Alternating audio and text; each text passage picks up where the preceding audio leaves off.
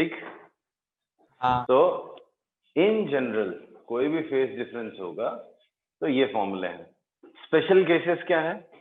अगर path difference 0, lambda, 2 lambda, 3 lambda, 4 lambda, 5 lambda, n lambda हो जाए, सभी फाई कितना हो जाएगा? 2 पाई। तो 2 पाई बाई 2 कितना हो जाएगा? पाई। कॉस पाई माइनस 1 उसका स्क्वायर किया तो +1। तो इंटेंसिटी 4 टाइम्स ऑफ आई हो जाएगी। जो इंडिविजुअल इंटेंसिटी थी उसका 4 टाइम्स बनेगा वहां पे इंटेंसिटी, जब फेज डिफरेंस। सर लास्ट में 5/2 लिखा ना? या हाँ हाँ 5/2 हाफ एंगल फॉर्मूला डाला ना, cos फाई है ना, हाँ 1 हाँ plus sir. cos theta is 2 cos square theta by 2, 2 2 से 4 आई cos स्क्वायर। तो जब फेज डिफरेंस 2n पाई है तो इंटेंसिटी 4 टाइम्स हो जाएगी। सोचो लाइट 2 साइड चल रही है, इसका 4 टाइम्स इंटेंसिटी उस पॉइंट पे हो जाएगी। एंड यही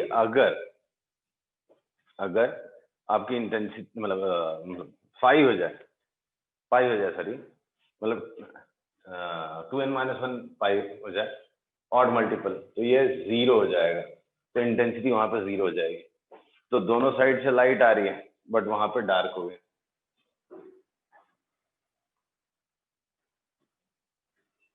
समझा? हाँ सर।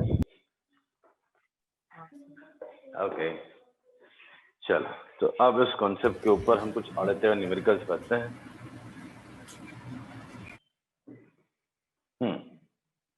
एक question, the ratio of amplitudes of two interfering waves is 3:2. Find the ratio of maximum and minimum intensities that will produce due to superposition of the two waves. करो।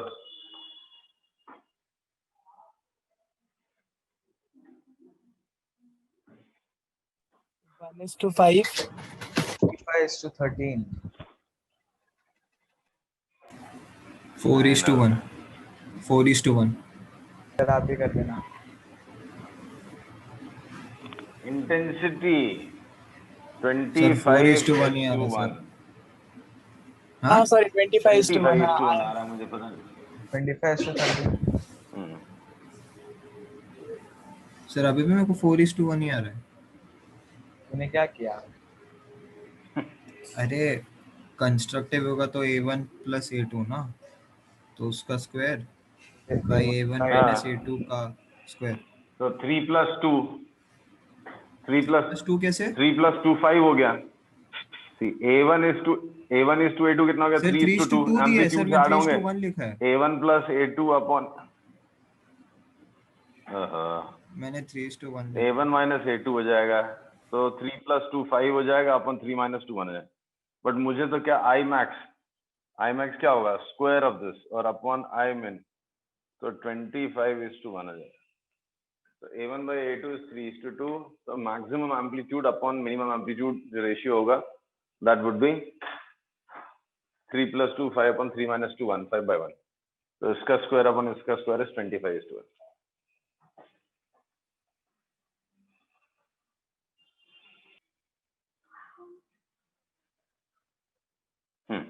ये question है। S1 S2 दो sources है, S1 and S2 are to sources. यहाँ से waves आ रही हैं इस पॉइंट पे, जैसे ये एक पॉइंट हो गया, यहाँ से वेव आएगी इस पे और इस पे। तो इन दोनों के बीच में minimum and maximum path difference कितना हो सकता है? पाथ या phase? Minimum and maximum, sorry path difference या phase difference? Path difference, minimum maximum path difference कितना हो सकता है? कहाँ? सॉरी फेज डिफरेंस तो वेवलेंथ के बाद मालूम चले। Minimum and maximum path difference जो दोनों वेव्स में प्रोड्यूस होगा।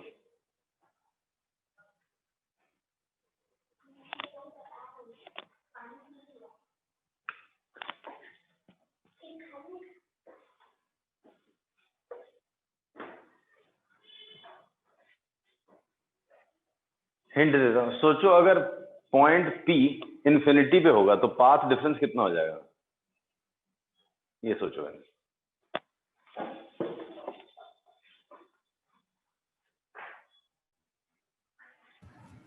0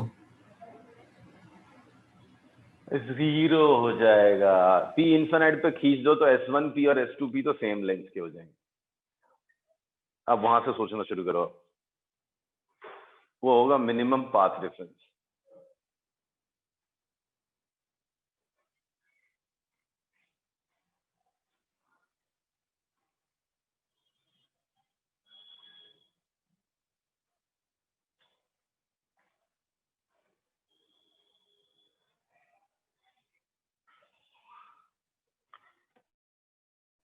नहीं समझा?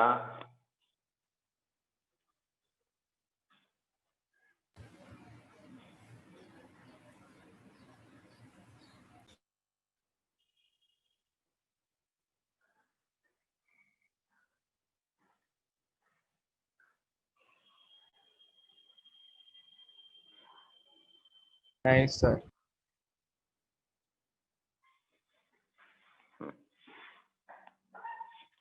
भाई मेरे को एक चीज बताओ, इनफाइनाइट पे पाथ डिफरेंस आपको दिख रहा है? ये दोनों लाइन सीधी नहीं हो जाएंगी, तो पाथ डिफरेंस है ही नहीं, तो वही मिनिमम पाथ डिफरेंस हो गया। तो minimum path difference is 0 at infinity. ये समझा? हाँ हाँ मिनिमम पाथ डिफरेंस सर, अगर Yes. Point P S1 S2 में रहा तो 0 S1 S2 में था मतलब ये P इस पे लाइन पे है। अच्छा, इसके बीच में बोल रहा है क्या? हाँ पॉइंट P जो है परपेंडिकुलर टू S1 S2 ऐसा यहाँ पे इस लाइन पे, यहाँ से शुरू करके ऐसा वेरिएबल है इनफिनिट पे। हाँ, तो सर P को एकदम पास आ लिया तो बढ़ते नहीं रहेगा path difference. So maximum path difference हो जाएगा, बस वही तो समझना आपको। Also maximum path difference is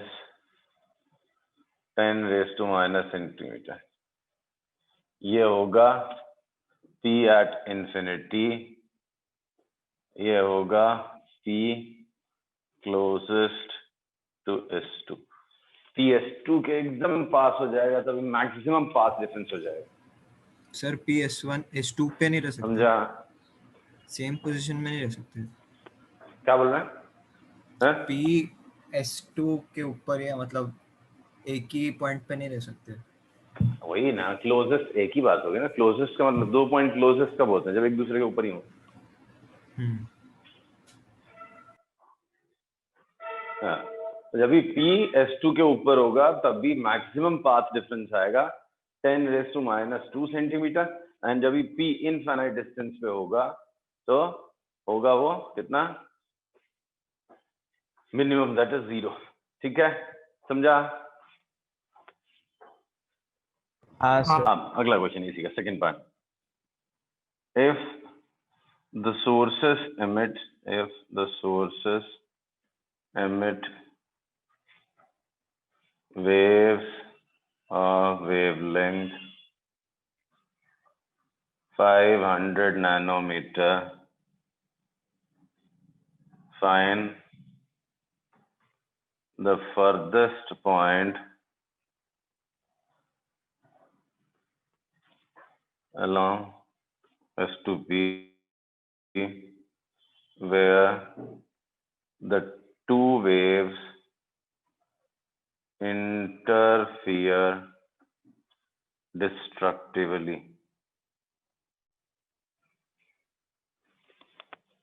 If the sources emit waves of wavelength 600 nanometer, find the furthest point where the two waves interfere destructively. Infinite पे पाथ डिफरेंस कितना है?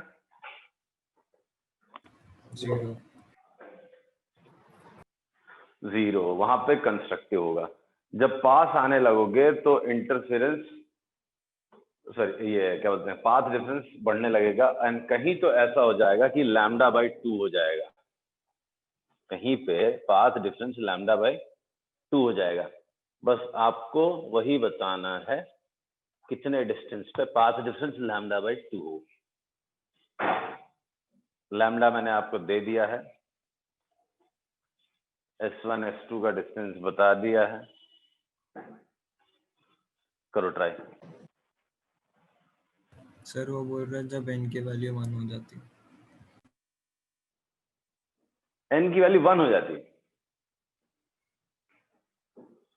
फ्रॉम अंतरिप s क्या है बेटा, s क्या होता है?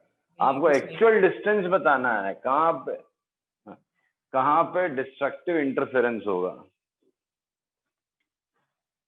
कोई नहीं सोच पा रहा, हिंट देता हूं, ये डिस्टेंस x ले लो, x क्या लोगे, स्केल बदलनी पड़ेगी यार, इसको चलो ले लो 10⁻⁻² ले लो, इसको ले x ले लो, ये डिस्टेंस निकालो पाइथागोरस थ्योरम से, इससे माइनस करो, कुछ सिंप्लीफाई करो और सोचो वो वैल्यू 250 नैनोमीटर कब होगी। अब इससे बड़ा हिंट नहीं दे सकते, लगभग सब बता ही दिया मैंने। 250 क्यों सर? 300 होना चाहिए। लैम्डा बाई 2, 600 का। लैम्डा आपने 600 है बोला। आपका 500। अच्छा 600 बोला था, यहाँ तो 500 लिखा मैंने, पता नहीं मेरा दिमाग भी कहीं और है। 600 बोला था। वो जिस बुक से लिया था वहां पे 600 ले, चलो 600 ले लो बेटा, करो। अच्छा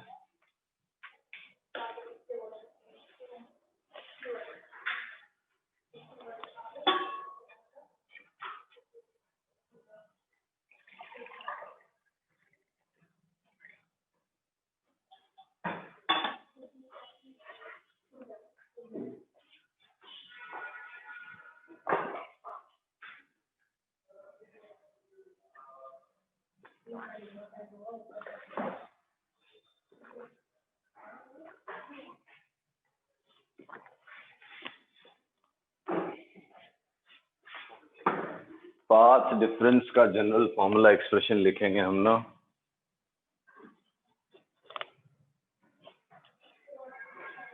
पाथ डिफरेंसेस रूट ऑफ, ये क्या हो गया, x का स्क्वायर प्लस 10⁻⁴ माइनस x, ये पाथ डिफरेंस होगा। x बाहर निकाल लो, 1 plus 10⁻⁴ upon x square raise to half हो जाएगा माइनस x,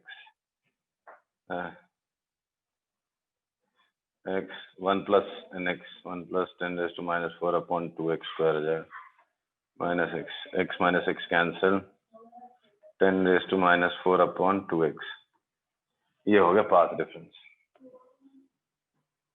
अब इसको इक्वेट करना है आपने for this destructive interference, path difference should be 300 nanometer. Path difference should be lambda by 2. भाई इनफाइनाइट पे 0 है, कहीं पे तो लैम्डा बाई 2 होगा, बस वही पकड़ना है आपको, लैम्डा बाई 2 कहाँ पे है। तो लैम्डा बाई 2 कितना हो गया, 10⁻⁻⁴ upon 2x, 300 nanometre. x is equal to 10⁻⁴ upon 600,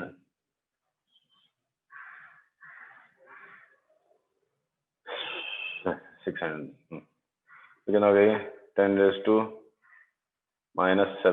10⁻² plus 3 upon 6, so 10⁻³ upon 6, 10/6 कितना हो गया, 1.7 इंटू 10⁻² मीटर। 1000 अपॉन 6 मतलब 166 मीटर के आसपास आंसर है, 166.67 मीटर ये आंसर है। तो पता नहीं मुझे ऐसे क्यों लग रहा है मैंने गलत किया है, वो इसलिए किया है क्योंकि 10⁻² सेंटीमीटर में था ना, तो ये सेंटीमीटर है ना, सेंटीमीटर, 166.67 सेंटीमीटर आंसर है। क्या आपको समझ में आया क्वेश्चन? हाँ सर। पक्का? हाँ इधर आंसर तो कुछ और दिया है, मैंने कुछ गलत लिख दिया लगता है। डेटा दिया सर था, क्या हमने दिया था? 600 लिया ना और सेम 500 लिया। कुछ यूनिट में गलती कर दिया।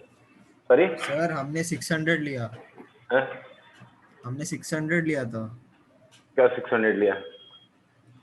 वो बेटा बुक में भी 600 दिया, यहाँ पे मैंने कुछ गलती करी, यूनिट में गलती करी है यार। ये सेंटीमीटर में लिया, ये भी सेंटीमीटर में, ठीक है। तो ये सेंटीमीटर में, ये सेंटीमीटर में, ये सेंटीमीटर में, यहाँ सबको सब कुछ सेंटीमीटर में था। नैनोमीटर को मीटर में क्या? 10⁻⁻7 करना पड़ा, -7 करना है, ये तो -7 हो गया, तो ये आंसर आएगा। चलिए ये ना -5 10/6 बचेगा। 1.66, तो 10/6 1.66 1.7 सेंटीमीटर के आसपास, राइट। अब बराबर है, आ रहा है समझ में? हाँ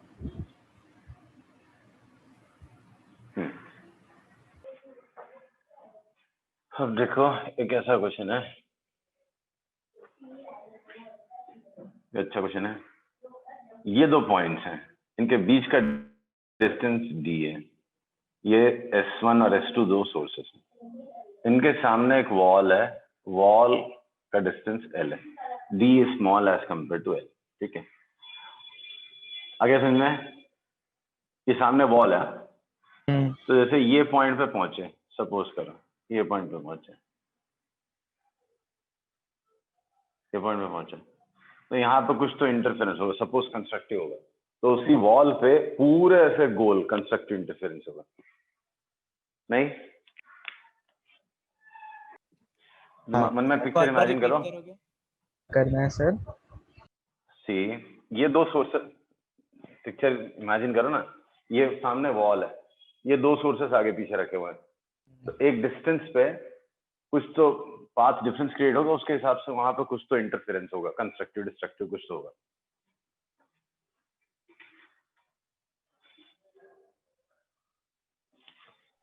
तो सोचना क्या है? और ऐसे ही पूरा ऐसे गोल पॉइंट, अभी क्वेश्चन नहीं है, अभी बता रहा हूँ आपको, ये पिक्चर में यहाँ दो सोर्सेस है, और ये दो सोर्सेस है, एक ये, इस पॉइंट पे कुछ पाथ डिफरेंस क्रिएट होगा, उतना ही पाथ डिफरेंस इधर भी क्रिएट होगा, इधर भी क्रिएट होगा, ऐसा बराबर है? हाँ। अब क्या करना है आपको, if d is equal to 3 lambda, find locus of the points on wall with same brightness. ये क्वेश्चन पहला पार्ट करो, क्वेश्चन उनका लोकस आइडेंटिफाई करना जिनकी ब्राइटनेस सेम होगी।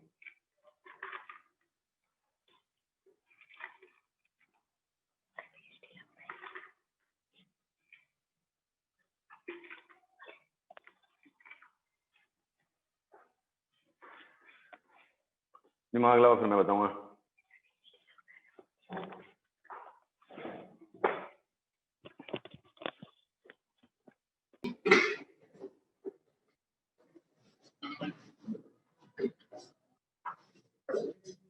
आया?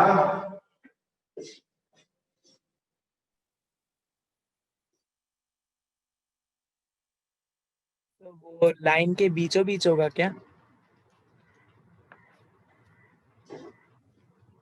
सर्कल आएगा, सर्कल। लोकस देखना है ना, तो वो तो कोई एक ही पॉइंट होगा ना। आंसर लोकस सर्कल, सामने वॉल है बेटा, देखो वाई डिस्टेंस है, हाँ? ये जो परपेंडिकुलर डिस्टेंस, ये जो प्रोजेक्शन है दोनों का यहाँ पे, उससे वाई डिस्टेंस पे एक पॉइंट ले लो,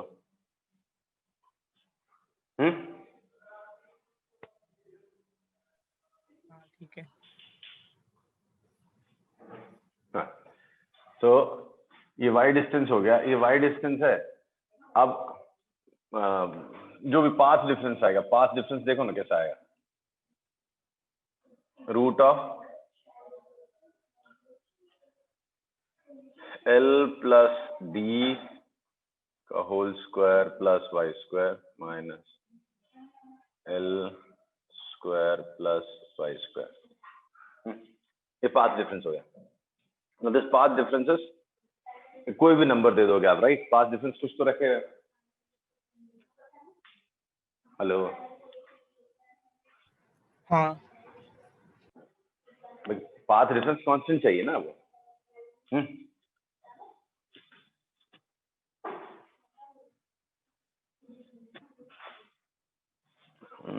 एक्चुअली यार यहाँ से देखने से तो आपको समझ में आएगा। सपोज के है, तो K is equal to root of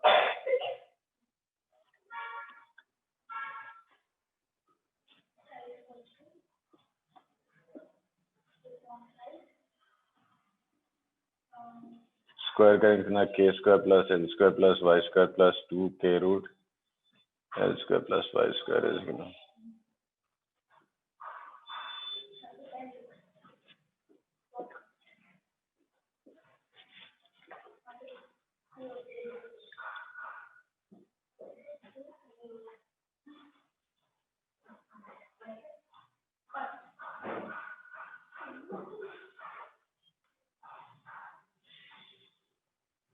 ऐसा कुछ मिल जाएगा। देखो L square plus Y square equal to constant हो जाएगा, नहीं?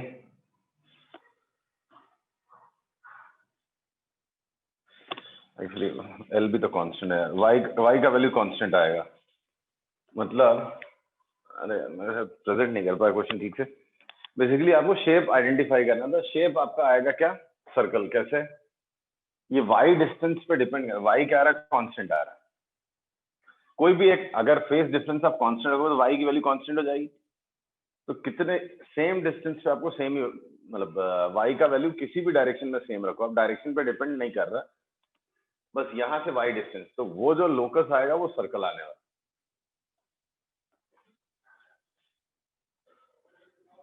नहीं समझा?